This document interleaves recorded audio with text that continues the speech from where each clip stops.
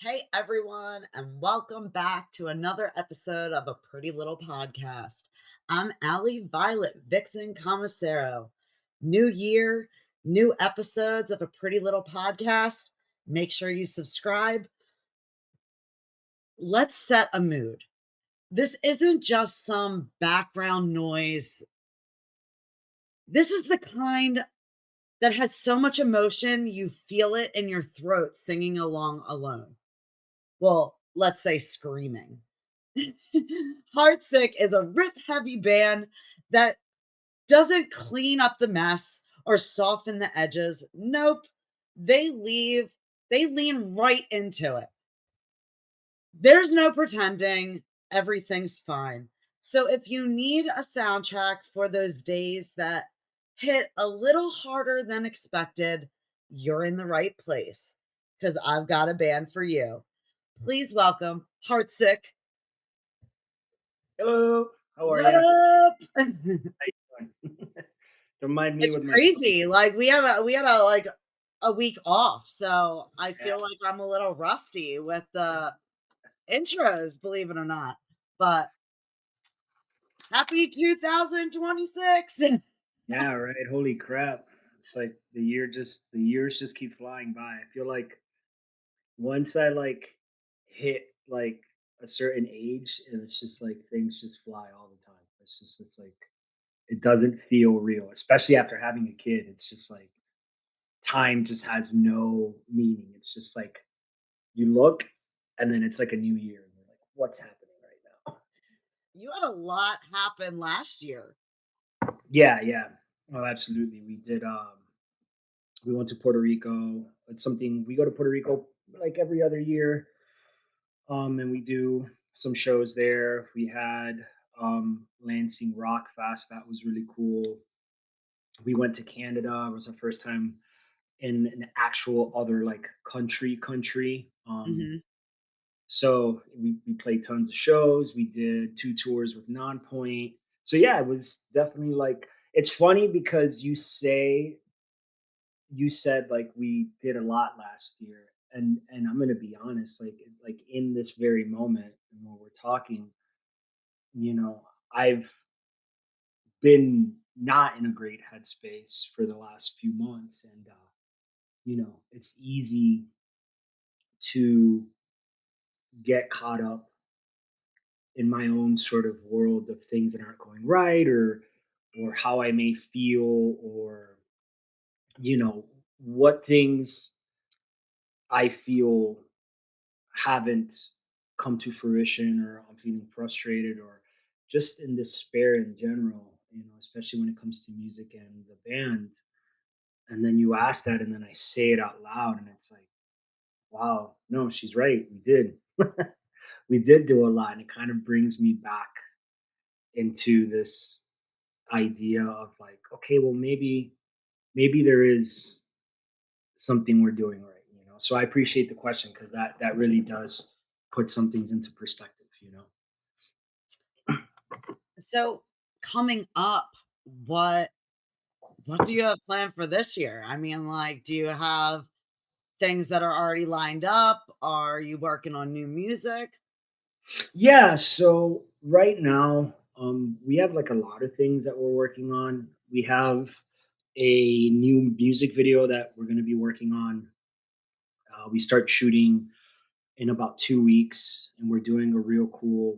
The song that the video is going to be about is about the game Silent Hill. I myself am not a big video game person. These days, when I was in college, my first time around, because I went to college twice, um, I did play video games pretty often. I had the whole PS2 and whatever else. The bass player in the band, Waylon, and the guitar player in the band, Jared, they play a lot of video games. So one of our favorite games collectively is Silent Hill. So the song's about Silent Hill.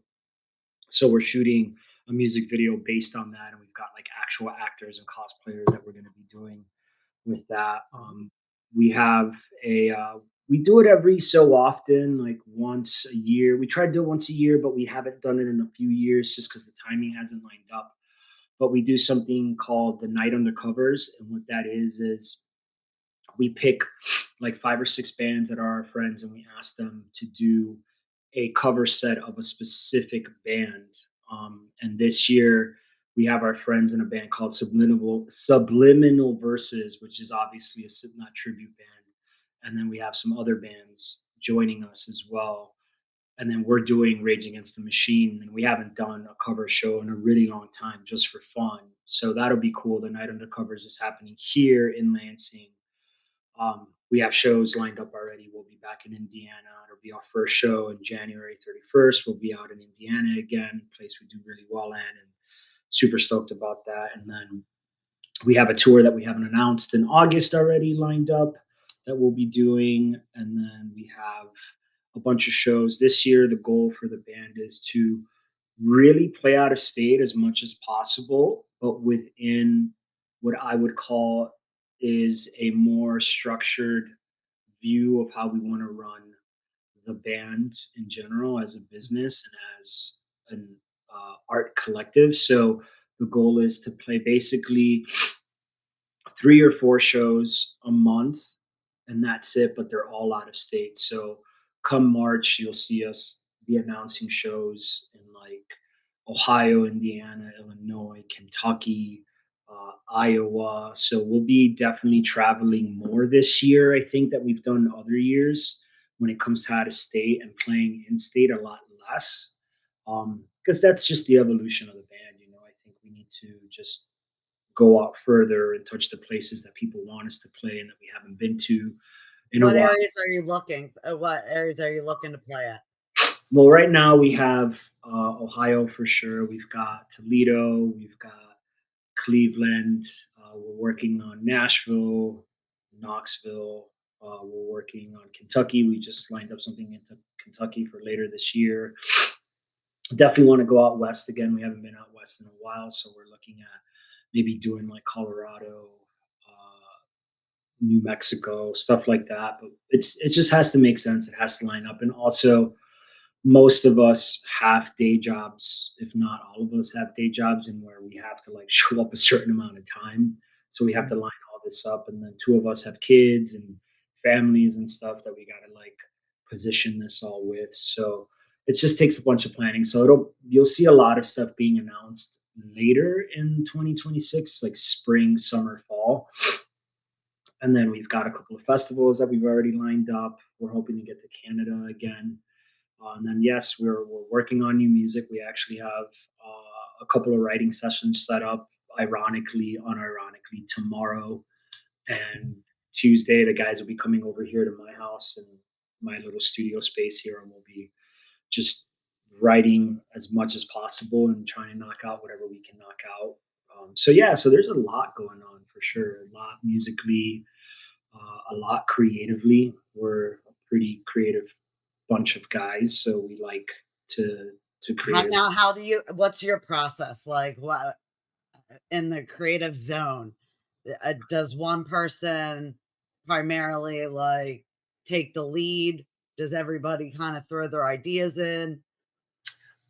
So it's always been a mixture. Like for the longest time, the last few years before, I'd say like 2024, probably like from 2023 and probably maybe like 2018, I was doing a lot of the writing mostly, and it wasn't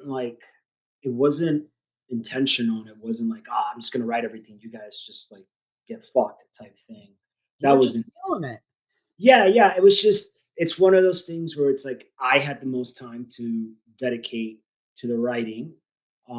And I was just in a really like creative zone at the time when it came to like writing songs. So and because of COVID, there was a lot of time to just sit around and do nothing. And I think those guys took advantage of it in the sense of like they just wanted to live their lives and like not be as tied down creatively as we were before COVID. So it was like this was kind of like the perfect time for them and to just go play video games and go just work an insane amount of hours and make as much money as possible because most of us work gig economy jobs. So most of us work like Shipped or DoorDash or whatever, Grubhub. So a lot of those guys in that time were Does doing. anybody Uber drive? Uh, I used to do Lyft, not Uber.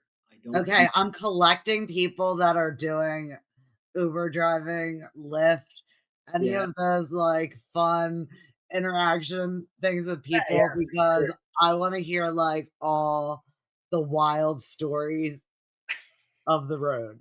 The wildest story I have as a Lyft driver that did Lyft for a while was, so I live in Lansing and I commute to East Lansing doing some, like I said, like delivery jobs and stuff. And at this time I Mhm, was Lyft.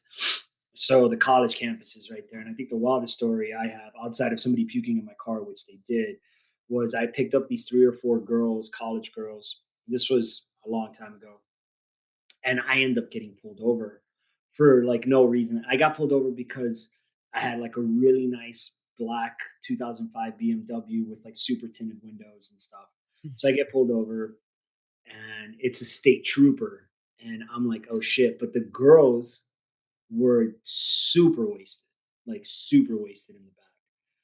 But it dawned on me that the reason why they got so quiet was because they were all underage and I didn't know. So they like were all drunk underage. So now I was like, I had to like essentially play like defensive end for these chicks and make sure that the cop wasn't like, "What are you girls doing?" So I was like, "Hey, officer, what's up?" No, they just got done at a function, and I'm the Lyft driver, and here's my stuff, and it worked. Luckily, like he didn't mess with any of them, didn't ask for their IDs, but you can tell that those girls were shitting their pants. Like they were like this close to getting a minor in possession ticket, which is like a really shitty thing here in Michigan. So that's probably like the craziest story I have. Other than that, like nothing really too insane happened. I know, actually, you know what? I take that back. There's one other story. Um, this Yeah, is what's like, that's why I wanna get a bunch of people together because they'll start coming back to you once you start talking about, like, "Oh, yeah, yeah." yeah, yeah. There was one other time, and this was kind of like the one where I was like, I don't know if I should want to be doing this anymore. But ends up, I I get uh, a call to like go pick somebody up at at their work, I assume. So I go pick them up, and it's this guy, and he's like just weird and off. And I'm pretty like perceptive. I teach judo, I teach jiu-jitsu here in Michigan, and I've been doing martial arts all my life. So I feel like I've got a pretty good base of what like may not feel like a good situation. So I see this guy and he gets in my car and he gets in the front seat and he really doesn't say anything. And he's just like super weird with his like hands in his pocket and shit. And I was like, man, this don't feel right. Like this is kind of fucked. So I start trying to talk to him. He's not really talking to me. And the GPS takes me to some like the middle of nowhere Oh my warehouse thing. god, and you gotta drive with him right next to Yeah, you. yeah. And I'm like, oh fuck, dude. And so for me, like again, I said like I teach self defense and stuff, and I'm just like, well, I don't have my gun, so Jiu-jitsu in the woods is. yeah, yeah, right. Car jiu-jitsu it is, right? So I'm like, fuck, okay. And we just stop in this place, and I'm like, hey man, like, I don't mean to be rude, but what's going on? Like, you're not really talking. Do you know where we're at? And then I I get a text from the person that ordered the lift, and they're like, "Hey, just so you know, he's autistic, and you're at the wrong address. This is the right address." And I was like, "Oh, this now makes sense." Oh my But god, I thought you were gonna be like, "Yeah, like, yeah, he's for about like to be on for like Netflix." a good like 2 minutes, I was like, "I'm either going to die or I'm gonna fucking be responsible for killing somebody. Like, this is not gonna be good." But it turns out that the guy was like special needs. He was really autistic and really didn't have any communication. and I just didn't pick up on it because it was dark and he like had his coat on and he just didn't say anything. And like normally I'm pretty good I would have about been catching. so nervous driving Oh, because, like, I've it watched too felt many weird. movies. Yeah, it felt really weird for sure. It definitely felt like super off, you know. But yeah, those are my only like really crazy stories. That's wild. So, I actually got to see you play at HMAC Oh when shit, in Pennsylvania? yeah, with Nail Bite, I was gonna and ask the nail bite show because that's the hold last time on, you played. hold on, hold on, hold on. I don't know if you can see behind me, but I I have do, I saw a a picture. poster. Yeah, yeah. That's awesome. Yeah, I I'm remember. wondering, is your energy partly because of the jujitsu? Because you guys are like high energy, like basically like in your face the whole time. Oh yeah, for sure. I, this question comes up a lot, like about like the high paced energy of the show, and kind of like where that stems from. I mean, for me, the stamina of it to be able to perform at that level and do what we're doing for an entire set, stamina, yes, I would attribute that to having a healthy regimen of training and just being health conscious in general. Um, and also, I've never dabbled in alcohol. I've never dabbled in drugs of any sort. I've never done any drugs in my life. I don't drink at all. I may have a beer once every year on my birthday. Um, I got, I was 25 many years ago and I got drunk one time and I hated it and I never liked it and it was awful. So I don't really drink, and I before 25 I never drank, and after 25 that month I didn't drink, and I haven't drank since, and it's just not something I enjoy. Or so for me, a lot of that is just because I feel like it's because I'm a health conscious person, and I've just been training all of my life since I was a kid. I've been doing Like, do martial you arts. drink a lot of energy drinks?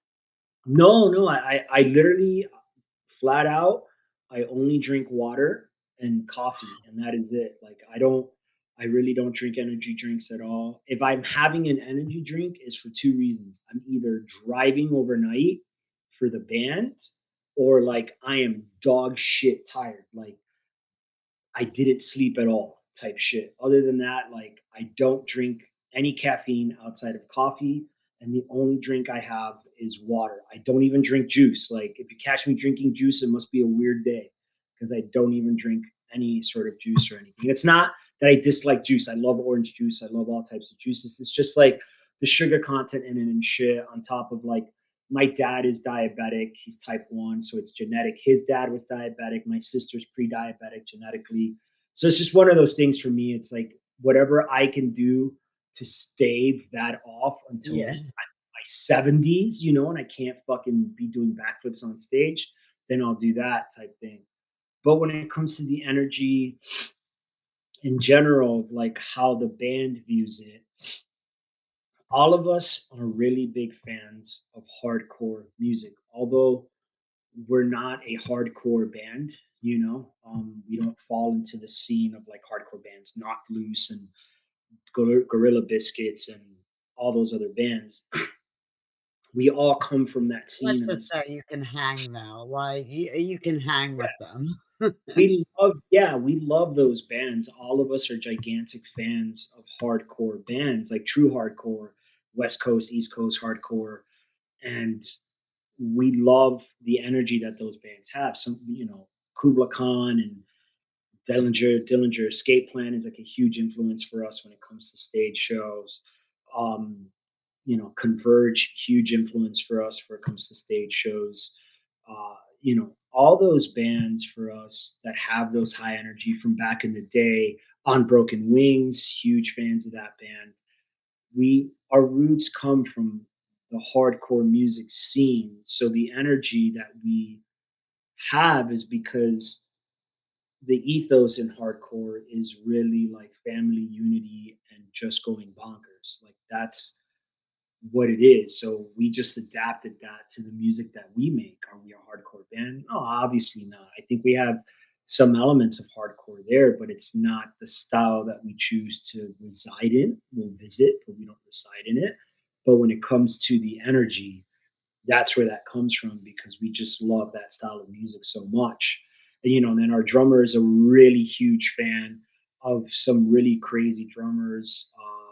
Arik and Prada, he's a huge fan of that drummer, and that dude is like an absolute madman behind the kit. So he's got those influences as well, and it just all kind of culminates into what we do, and it's just one of those things. It's like we're really feeling it. It's not really like a show. We don't go on stage or we don't go at practice and go, all right, guys, we got to do this and do that. It's not. That's just naturally what we're feeling. Can I ask you, if it's not too personal, is there any song that nobody knows about that is like a guilty pleasure of yours that no one would expect that you listen to? I listen to so much stuff that no one would expect. And you can ask any question. There's nothing too personal. Feel free. You have my absolute blessing to do and ask whatever. Um, I listen to a lot of stuff that is not heavy metal. I love heavy metal. I'm like a tried and true heavy metal fan. I listen to metal literally every day, but I also listen to a lot of stuff during the day as well. I'd say like a guilty pleasure that I have, like I don't even know that it's guilty. It's like if you're a musician, you just like music. Music is a universal language. But I'm a real big fan of The Weekend, like just a massive fan of The Weekend, and I would fucking kill to get tickets to go watch The Weekend live. But I am not paying $1,000 a ticket. So, but yeah, I'd say like The Weekend. I listen to him a lot, and obviously I'm Puerto Rican, so Bad Bunny is like I absolutely love Bad Bunny. I support him, and I support most of the reggaeton that comes off the island, and then some. I like a lot of like cool pop stuff. Um, Lately, I'd say I've been listening to more like in the realm of outside of like heavy metal. I've been listening to like a lot of underground hip hop, Vic Mensa, uh, Kid Cudi, a lot of what's this guy's name? Um, oh my god, I forget it. I just was. Oh yeah, Denzel Curry. And then I've been listening to like a lot of like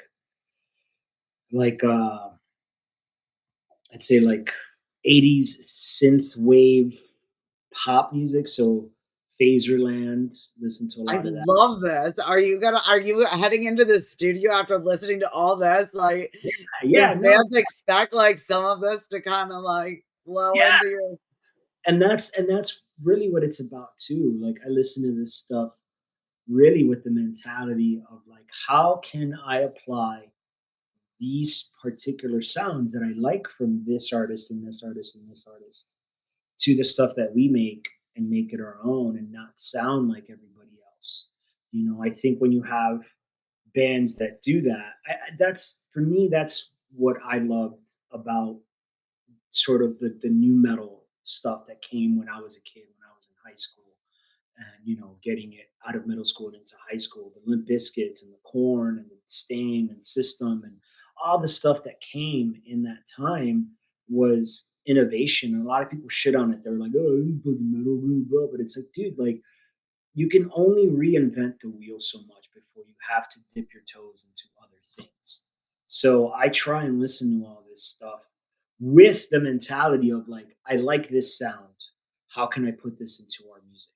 And that goes for anything from Bad Bunny to tornado sirens. Like I am literally thinking about music 24/7 every day of my life. Like I've literally record sounds that I hear outside, that I hear while I'm working, what's the that I hear. weirdest sound that you've ever incorporated in your music?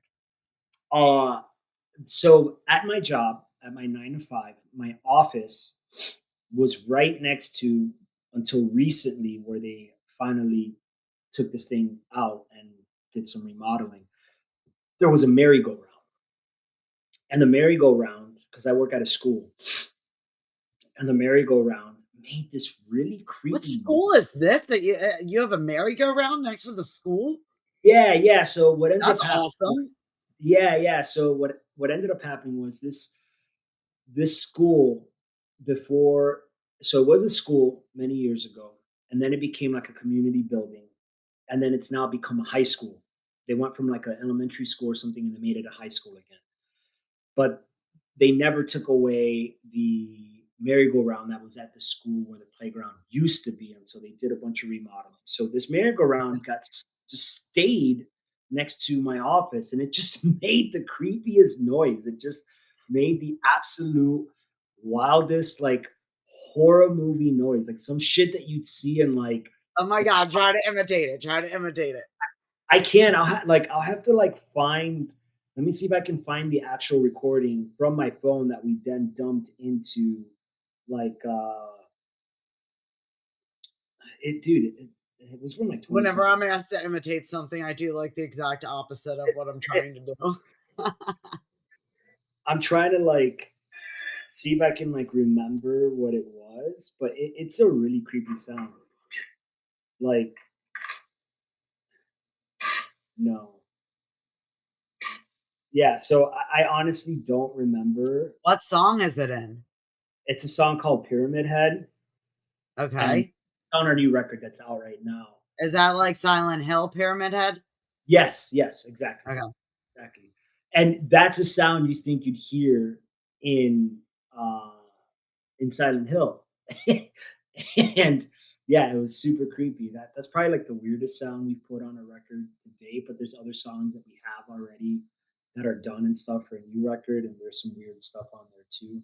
But yeah, no, I mean, I record stuff and think about music all the time. So even when I'm listening to these sort of guilty pleasures, I'm still taking these ideas in to like be like, what can I do with this to add it into our music and make it sustainable, you know? Oh my god, it's so funny that you're doing Silent Hill because, honestly, I have the funniest story.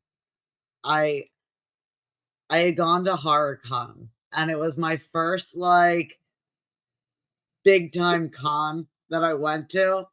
So, I didn't know how they, like, do things. Like, I didn't realize that you had to wait in a line even for people walking around in order to get a picture, and you had to pay for it.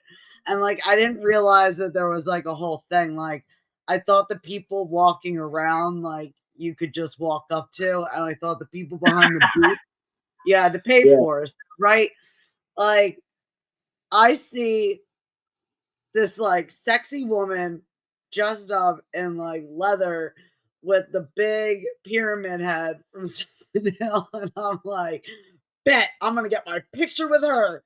So, I went darting over before any of my friends could stop me, and I got the picture, but almost got tackled by her assistant, Uh-oh. who, like, was very, very angry and not understanding that I didn't know protocol.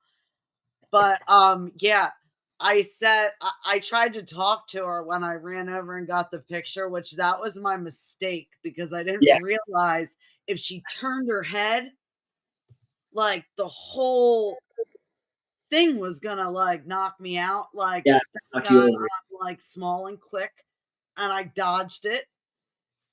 But, yeah, I almost got taken out by not only her mask, but by her assistant. Oh my god. All in a day's work. But it's a story that you'll never forget. Every time you see her, you'll be like, "Oh shit, Allie almost got taken out by her fucking face." That's funny. I've never been to a con. Like, there's a couple that come here to our hometown. Um, I'm I'm a big, like, uh, anime fan. I love anime. I'm a huge anime fan. Just know the protocol. Yeah, so I've never been, but one of my buddies, he's actually a voice actor, and he's a voice actor in Latin America, and he is I don't know if you're into anime at all or not, Mhm. but there's an anime called My Hero Academia, and it's like a very big Who anime. hasn't heard of that? Well, my buddy is Bakugo. He's the voice of Bakugo in Latin America, so he goes to cons all the time. How cool is that? Yeah, yeah. He's also an incredible drummer. And that was the funny part was that, as the seasons in My Hero Academia went on, you discover that Bakugo plays drums. And I was like, dude, how the fuck did you get lined up with a character that not only like is definitely sort of kind of like you, but also plays drums? I thought that was like the funniest shit in the world. But he goes to The cons. universe was giving it to him. Yeah, right? He goes to cons all the time, and I've never been to a con before, so it's funny to hear that story because 'cause I've always wanted to go. I've just never, like, dipped my toes in, you know? Oh my gosh, you have to go now, and that would be so fun going with someone that's, like, known in the anime world. I mean, like, Yeah, yeah, which is cool because, last year so his name is Romulo, and he lives in Miami, where I'm originally from Miami, Florida, and we grew up together, we went to high school together, we were in a band together, and, last year I was out on the road, and he hit me up, he's like, "Hey," because 'cause I'm, like, a big My Hero Academia fan, I've got a bunch of, like, uh, fucking figurines and stuff. And he's like, "Hey, check this out!" And he sent me a video, and it was the guy that does Bakugo's voice, but in the English dub. And I was like, "Oh my fucking god!" So I was like freaking out because I thought that was the coolest thing in the world. So oh my gosh, that's so fun. Oh, yeah, yeah, I would definitely be like, "Yo, I gotta experience my first con the right way, like, let's go."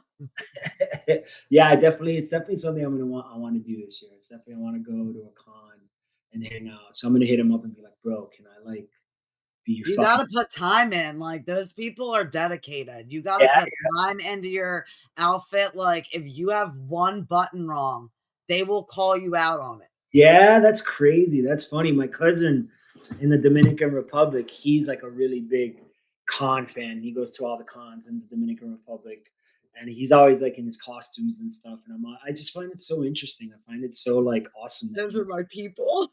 Yeah, I think that's cool, man. I think that's super awesome. If that, like we all have the things that we love and that make us feel a certain way, and it's like if that's what does it for you, dude, and that makes you happy and dressing up in a cool, fun costume for the weekend is your fucking bag, then do it. And I would love to be around that energy because people are happy. Like, why would you not want to be around happy people doing that? And like, it's cool, walk around, see stuff, and like being like, oh, I remember that character that I fucking from that show that I liked.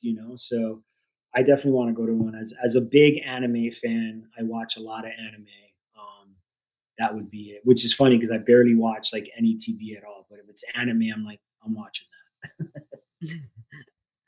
Now, do you incorporate a lot of anime in what you're doing, like, with, like, little bits of music videos, and do you have, like, little Easter eggs or anything that has your link in with your love for anime? that. No, and I think it's because, at least for me personally, I've always been somebody that doesn't. I've never gravitated towards the trends or the things that maybe that too many people do. And I think when you're in a band and when you're creative, I think you really should be doing what is most original and unique to yourself, but also is its own thing. And a lot of bands, especially right now, because it's become popular, and I don't blame them. I love anime. I love Japanese culture. I've been on the Japanese culture train since I was 9 years old when I first started doing judo in Miami.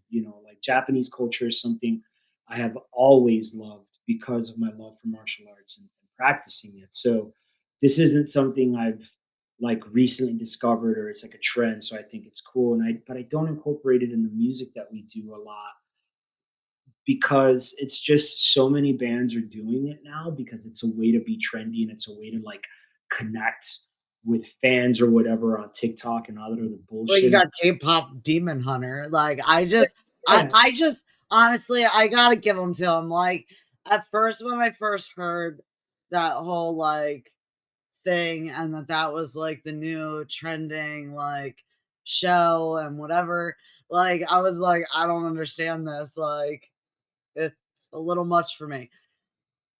But with the way that I see, like, the little girls, like, just it's not doing any harm, and, like, I guess if they're gonna like any of that stuff, I mean, I know when I was younger, there were some pretty, like, sketchy anime and cartoons. I mean, everybody says to me now, like, I loved Hello Kitty, like, since, like, 2nd grade. Like, I loved Hello Kitty before it was, like, cool to like Hello Kitty. And now, like, every time I tell someone I like Hello Kitty, they're like, "Did you used to be a stripper?" Or like, "Do you just buy stuff at Five Below?" And I'm like, "Really?" that's funny. I Like, well, I mean, when did the kitty become, like, that's you what she's known for? don't even have to look as far as anime for that weird shit. Dude, look at American cartoons. Look at I mean, I used to watch Ren and Stimpy. Have you ever gone back and watched Ren and Oh my Stimpy? god, they're so weird looking. Not even that. Like if you go watch Ren and Stimpy, you're like, as a parent now, I'm like, I would never let my kid watch this. Like, this was crazy. Like you're But looking at thinking it on the brain, think about like, how dude, if you have the wrong kid that's watching Pinky and the Brain, like, they might blow up your house. yup, yup, like 100%. So no, yeah, like even though it is something I really love and I love anime, I don't really incorporate it into our music because there's enough bands that do that that I feel like it then puts us in a category where someone may be like, oh, well, they're just doing it to be trendy. So I personally try and focus more because there's so many things that make that are things that I love in my life, like as a lyricist and as a musician as well, like with our band. All of us love different things. All of us love some of the same stuff. But for me, putting in my own sort of spin on whatever I'm doing within the band as my role, I try and focus more on like, you know, my nationality, being Puerto Rican and being Italian. For me, it's like Sicilian, not Italian, because my dad will kill me if I say Sicilian, I got you. it. But so I try to incorporate that more than anything. I feel like that has less representation in the music that we do in general in the art form of metal than Japanese art. Like you can find a lot of Japanese culture and art and heavy metal right now because so many bands are into anime, which is fine. There's nothing wrong with that. But I feel like that's already being represented almost in like an overconsumption type thing. As to Yeah, where, you're coming in hot with the video games, like yeah, yeah. So for me, it's I feel like focusing on things other than that, I feel that are more pertinent to me or that I feel like are a little bit more original for people maybe discovering the band is more interesting to me. So I try and focus stuff like old video games. I was born in the 80s. I was born in 81. I'm 44. Um, 80s stuff really speaks volumes to me. I love like 80s synth music. Like watching Stranger Things is so fun for me because I oh remember my god, we had a whole event. yeah, yeah. I remember seeing a lot of that stuff, and that stuff is really poignant in my mind. So 80s stuff really trickles and finds its way into our music, and a lot of Hispanic, Afro-Cuban beats, and a lot of Hispanic stuff falls into our music more so than any of the Japanese stuff or the anime stuff. But still a huge Japanese anime fan for sure. Yeah, Stranger Things, we made a whole event of that. Man, Yeah, we had Demogorgon cereal and yeah. Eggo, Stranger Things waffles, Well, and of course. I mean, welcome to capitalism 101, right? So you that's know just what? I loved it because it was, like, an excuse for my family to just sit down and, like, just chill out and watch something fun and kind of, like, be in the zone because usually my family is no fun. Nobody will wear, like, matching pajamas or, like, do any of the fun things that I would love to do and beg them to do every year. No, they don't do that. But Thank for Stranger Things, like, my son, he wore, like, Eggo pajama pants and, like, the, radio station shirt. So, I was, Oh, like, excited. I was like, "Yeah, okay, I'll take it." nice. Well, how old are your kids? Or do you just have 1? 12, He's almost 13. he's so you have 1 and he's 12 going on 13? Yep. That's amazing. My son is 4. Well, he's 3 going on 4 in in 2 weeks. So yeah, I mean that's cool though. Like you get to make those memories, you know what I'm saying? Like and that's kind of like, for me, Stranger Things, watching that in the 80s and why 80s music seeps into our music more than anything is because most of us were born in the 80s. I was born in 81, our bass player was born in 82, our guitar player was born in 80, and then our drummer is the youngest. Our drummer was born in like 2000, so he makes fun of us all the time. But you Stranger Things was awesome to see. I'm watching the TV, I'm like, oh fuck, like I remember like Rainbow Bright, and I remember like all No, these. you know what people don't talk about? Remember Small Wonder Yeah, with the robot? Like, yes, yeah, yeah. we need a remake of Small Wonder because people don't talk about it, and that was, like, a quality show. Yeah, dude. I mean, Alf. Alf was like one of my favorite Eddie shows of all time. Like, how many shows could you find where an alien was trying to stick a cat inside of a bread bun to eat him? Like, I thought that was hilarious to me. That's just a fun thing. So yeah, watching that show was awesome. So I'd say like the anime stuff that I love doesn't really fall into the band too often, if ever. But the nationality stuff, the Hispanic, the Spanish, the Afro-Cuban, the Puerto Rican stuff, as well as the 80s, definitely falls into the band for sure. Well, anime might not be in your videos, but can you tell us about any fun little Easter eggs that are in your videos that fans can kind of go back and watch and look for? I wouldn't say like in the videos per se. Um, I would say more like in the song lyrics. So Okay. like I said, like I'm a really big fan of music in general, and something fun that I like to do is sort of borrow lyrics from popular 80s songs. So, Ooh, or and if borrow or write lyrics that reference my favorite bands. So okay. there's lyrics from like uh I'm a big fan of the Police and Sting, so like every breath you take, every step you make, I'll be watching you. Like I've included those lyrics before. Michael Jackson lyrics. I'll just twist them around so they feel and fit into the Like songs. Heartsick.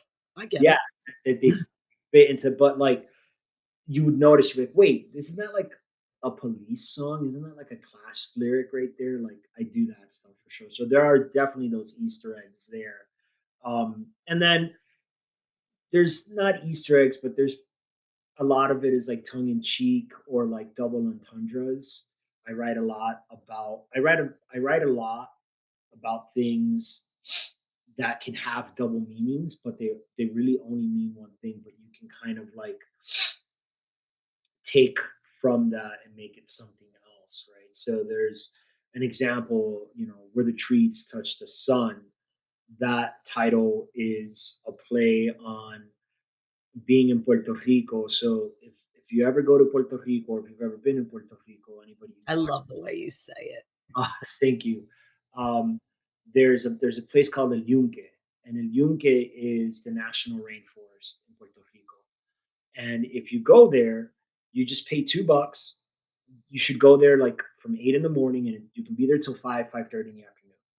And you're just basically allowed to just roam free in the rainforest. They're just like, don't fucking die because we're not going to find you type shit.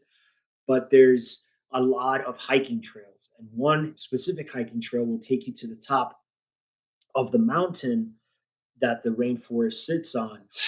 And there's a big tower there. It's like a castle tower that you like Mhm. climb up to, and you look out and you just see like the mountains and the clouds. You're literally in the clouds, you know, and the trees look like they're touching the sun. So that's where that title comes from. And it's things like that, you know, and the lyrics will be like, you know, about like being in the trees and the birds and everything else, but it's also talking about a feeling that you have when you love somebody and you really want to spend your life with that person. So it's like I write in that sense. So there isn't Easter eggs specifically in videos. It's more in the lyrics. I write in a double. I like to write in double entendres, and then there's sometimes where I just write very specifically. But for the most part, everything is a double entendre. It's got a double meaning, even though I'm trying to write about one very specific thing. You know. Well, you since you have so many songs, what would you say is the song right now if someone's never heard you before and is gonna take a listen?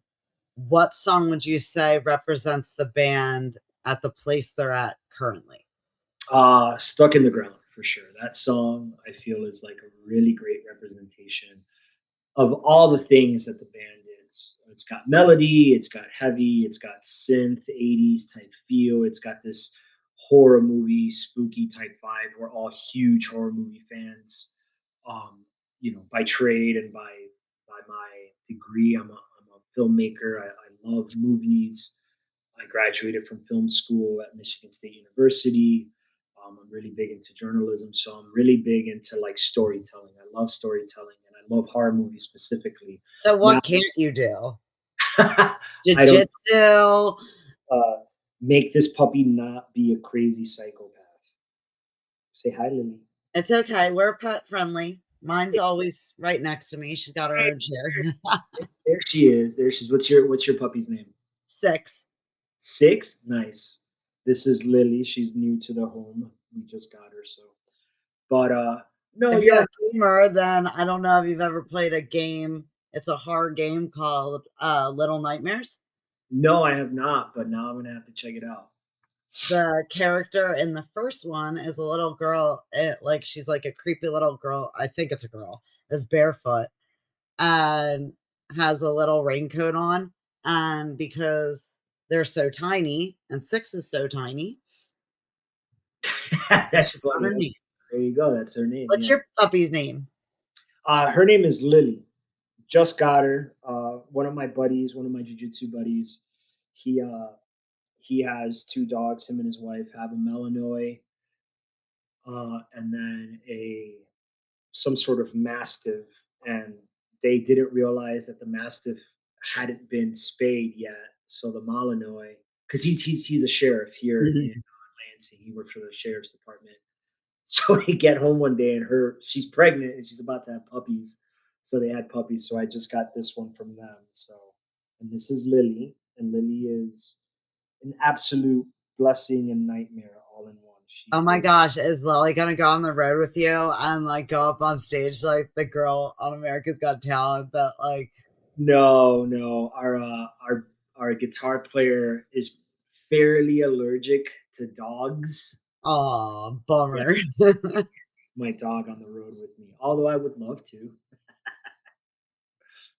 He's I allergic. tell Six all the time, like, whenever a song comes on that, like, I start jamming out to, I'm like, "We're gonna go on America's Got Talent one day, Six. You're gonna be able to do little, like, stupid dances with me. We got this." That's funny. No, yeah, she's a good dog. She's she's new to the home, but she'll get used to it. She's getting potty trained right now. Yeah, that once you're through that, it's like smooth sailing. Yeah, yeah, that's the toughest part for sure. Like potty training them is really rough. You know, I mean, as a father, as a parent, I would liken it a little bit to kind of like having a baby and having to get up like every 3 hours or every 2 hours and change them and feed them. It's kind of in the same realm. Obviously, it's not the same holistically because it's not like a whole ass human being that you have to like be mindful of, But it's almost the same thing with dogs. They you puppies they require the same amount of attention, the same amount of you know training and Oh, love. yeah, if 6 is up, I'm up. Yeah, yeah. If they're up, you're up, right? It's the same shit. She, like, makes sure I'm up, like, she'll, like, literally vulture around me and do circles, and then, like, if Does she I like don't tap you? move, she'll, like, make sure that she, like, puts her nose, like, right on my cheek or something, like Dude, they're smart. They are 1000% their own beings, and they are absolutely aware of everything and everyone. They are not dumb animals. They will, if they need something, they will let you know. And it's really cool to see how dogs and cats, and they just have all their own different personalities, man. They do their thing. They learn their thing. now is it gonna be different touring now with you having a toddler and the dog? No, no, not at all. I'm very lucky. Very, very blessed. God's been good, and my mom lives a few houses down from me. She moved up here from Miami once our son was born. She's a very typical Hispanic mother. So she was like, "Oh no, no, I'm moving," and she just like packed up all her Oh, shit. yeah, she wants to be near her grandbaby. Yeah. So my mom comes in with the clutch if I'm gone and we need help or whatever. She takes our son on the weekends so I can work more hours and stuff. So luckily that hasn't slowed anything down. And the dogs that we do have, they're all older, so they can kind of fend for themselves if I'm not home for a little bit of time. While or we can have people come over and just like feed the dogs if we need to. So luckily it doesn't get too much in the way. And honestly, I'm pretty mindful about that stuff too. I really do plan, maybe this is kind of weird or whatever, but I really do plan my life around music and the band. I am one of those diehards. Like I'll be doing this for the rest of my life in some way. I don't see myself being able to exist without music in some form or fashion in my life. Now, So, do you think that are there any, genres or subgenres or any instruments or anything that you are interested in exploring in the future? oh yeah, for sure. I definitely have plans to make my own solo record, but it wouldn't be what people think. I'm like I said, I love like 80s music a lot, a lot. So I'm very much want to make like a sort of synth pop record. There's a band. There's a band called the Black Queen. They're out of New York. It's at New York, New Jersey. It's the Dillinger Escape Plan's old singer.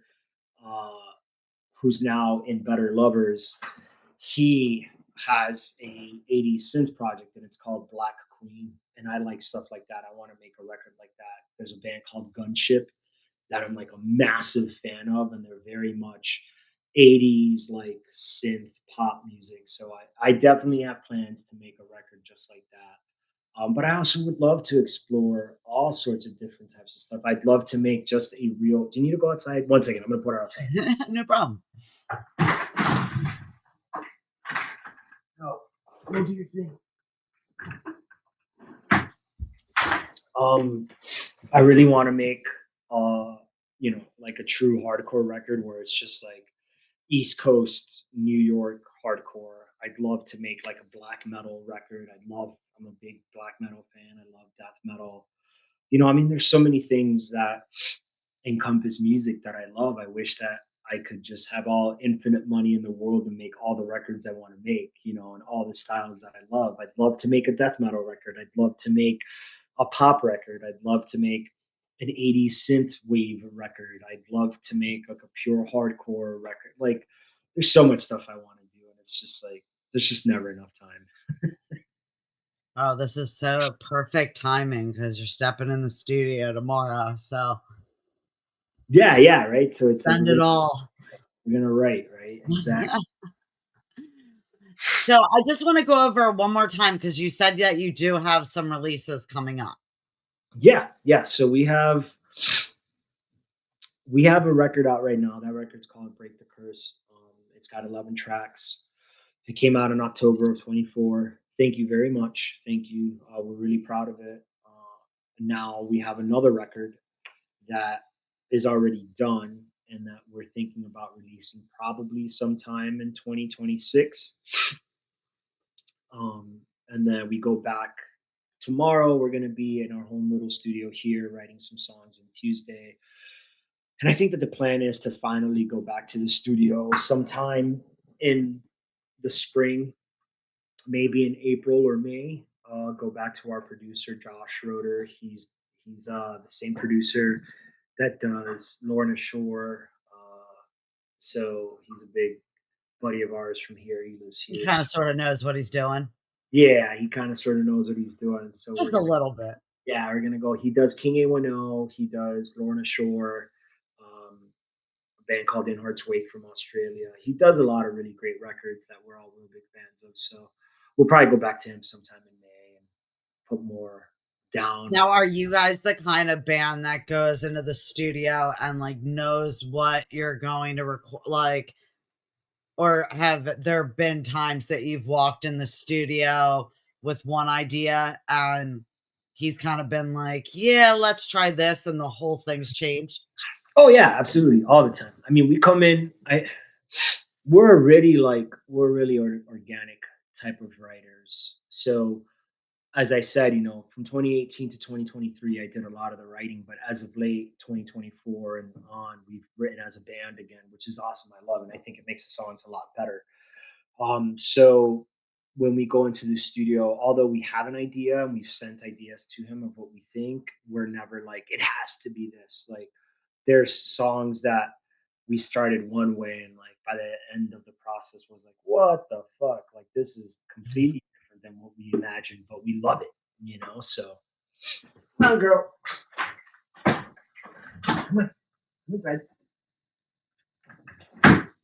Sorry, I had to let Lily back in. But no, yeah, I think it always changes. It's never, we're not tied. I'm not really married or tied to anything. I don't really know how bands like can get in the studio and just have like this very specific thing that cannot change. I don't know I why. think a lot of it's become money. That's what I get an answer a lot. Yeah. Like, because of how much it costs to, like, go into the studio and to work per hour, the bands are like, "Dude, it's gotta be just like this because I can't pay for, like, the extra time." I get that too for sure. We luckily don't have that problem. Here, like I said, we record with Josh Schrader and he's not by the hour, he's by the song. So it's kind of like here we paid you for X amount of songs, whatever time it takes to get these done is what it is type thing. So I like that format better, which allows us to kind of dabble in whatever ideas we have. And when did you say that your next show that you are playing?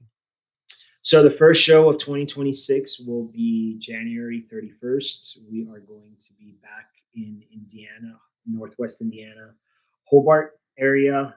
This place called the Hobart Art Theater. We were just there in 2025 with Non-Points back in, I want to say October. Was it October? Yeah, maybe. Or August. I don't know. It was fucking blur. How But was how fun was that? fucking awesome. The guys in Nonpoint are incredible. I've known them for a very, very long time. I've known the core of the band, Elias and Rob, for years, being from Miami and the local music scene in Miami. I remember seeing them as a kid in high school, watching them kind of come up on the scene. But they're all just awesome dudes, super great guys. The band, all just nice human beings and they're just sick live. I loved touring with them because it was like you would watch them and then it'd be like, fuck, like we got to step up our shit the next day. Like it's awesome. I love that. I love that's what it should be about. It's like it's not competition. It's kind of like one of those things like, fuck, they They're know. already there. Like, Yeah, let's just watch them and take notes. we got to do that. You know what I'm saying? We got to come with that every night. It's So cool because 'cause I've seen them so many times, and every time I've seen them, it's been completely different vibe, completely different show. they fucking murder it, dude. It's always different, and I love that. I think that's great. Now, did you just play the one show with them, or did you play No, no. So January of 2025, we did 2 weeks with them. And then it was the first leg of what they called the Painful Statements tour. They were playing the two most popular records back to back, and then they did it in the second leg, and we did 4 days of that second leg. And I want to say it was in August of 2025. I think. so you I went don't. hard? Yeah, yeah, yeah. Fun, super fun. It was awesome and very much a family type vibe, and very much like it was cool to just they just knew that we know our shit. Every day we got to the show, they did their thing, we did our thing, we got set up. Nobody needed to be on our ass and tell us how we needed to act or behave. We understand the professional aspect of this stuff. So it was just like it was like you clock into work, you get there, you do your thing, you get on stage, you get the fuck off stage, and you have fun, you know. And touring with them was a fucking honor and pleasure for sure. So, what would you say is the hypest city? Ooh, I for that tour between both legs, what I Yep. got to see Fort Lauderdale, their hometown, obviously where we grew up. Myself and Elias and Rob. It was definitely the most hype for sure. It was like that was all the Florida shows were like fucking awesome. But it was because that's where they're from. That's where they got their start. Like they're the hometown boys there. They made it out. They've kept going. They've grown when a lot of other bands from Miami in that area haven't been able to grow or just fizzled out. They've kept going. So all the Florida shows were just absolutely bananas for sure. So, I have to ask because with going to so many non-point shows, I know that they have, like, an extensive merch booth and, like, always have, like, a pretty legit setup. Yeah. What kind of merch did you have? We're pretty good about merch, man. I'm not gonna lie. Like, I'm not a very like confident person in life in general. I'm pretty like, but But you're no, confident about your merch. That's a yeah, good sign. yeah, definitely, definitely. If there's anything I'm confident about is that I understand and really appreciate art. So I'm always looking for what could be cool art and what could make cool merch and what is visually appealing to people. Mhm. Um, so we have very good merch. So it was never an issue for us. I mean, you know, as the opening band on a national tour with only two other bands, we were going on at about 7:30 at night, and every night we were able to clear over $1,000 in merch. So I'd say we were pretty doing pretty well. Now, what, you have merch on your website, correct? Yeah, yeah. So you can go to our website and you can see What all. is the must-have? We're merch people. I love my merch. I love talking about merch. I love hearing about, like, what people are coming up with. Let's hear about some of the must-haves, and all the information's going at the bottom of the page for anybody that doesn't catch it when we're talking about it. You can go on the bottom, order up. Yeah, I'd say honestly, like, so because our website has very unique items that you can't get at shows. So Mm. the two items that I think are really dope from our website is one, the fitted hat that has Heartsick embroidered on it. That shit is. I've seen a couple people that have ordered it and have shown me it, and I'm just like, that's so. I don't even have one, and I'm like, that's so. And then I would say the hoodie that's on there as well.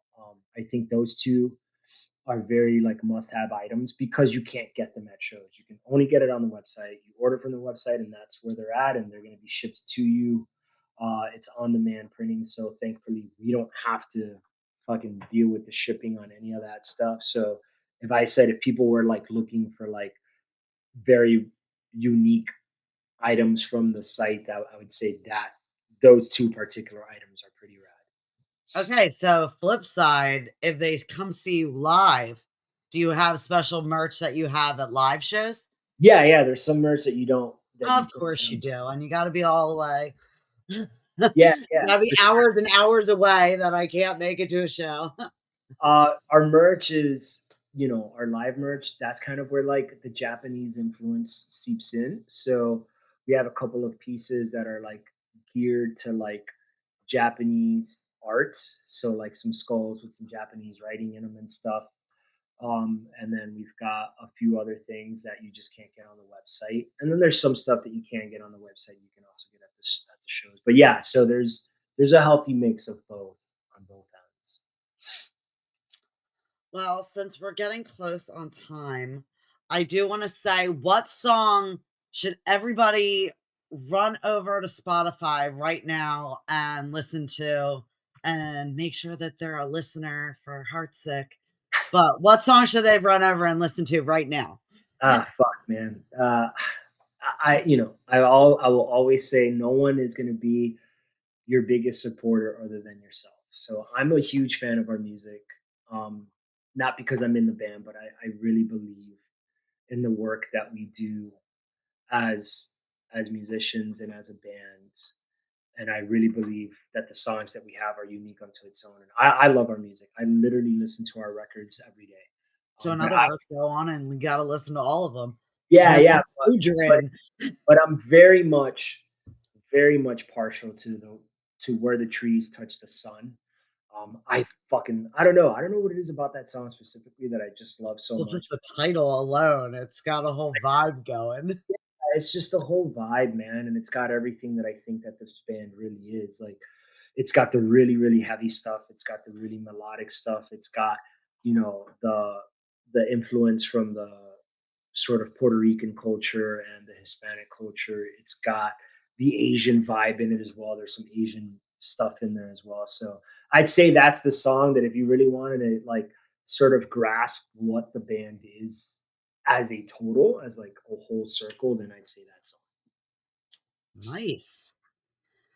Well, thank you so much for taking the time to come on, and we just got all these updates, so things are a little bit different with the screen, but next time we have you on, we'll probably have all new crazy functions and be doing all sorts of new stuff because we like to evolve too.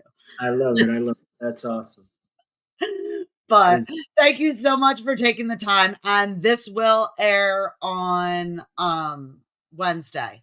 cool. Please tag me in it. We'll share it on all our socials. And then if you're not busy in April and you're in the area, we're playing right by the HMAC in April. So Nice.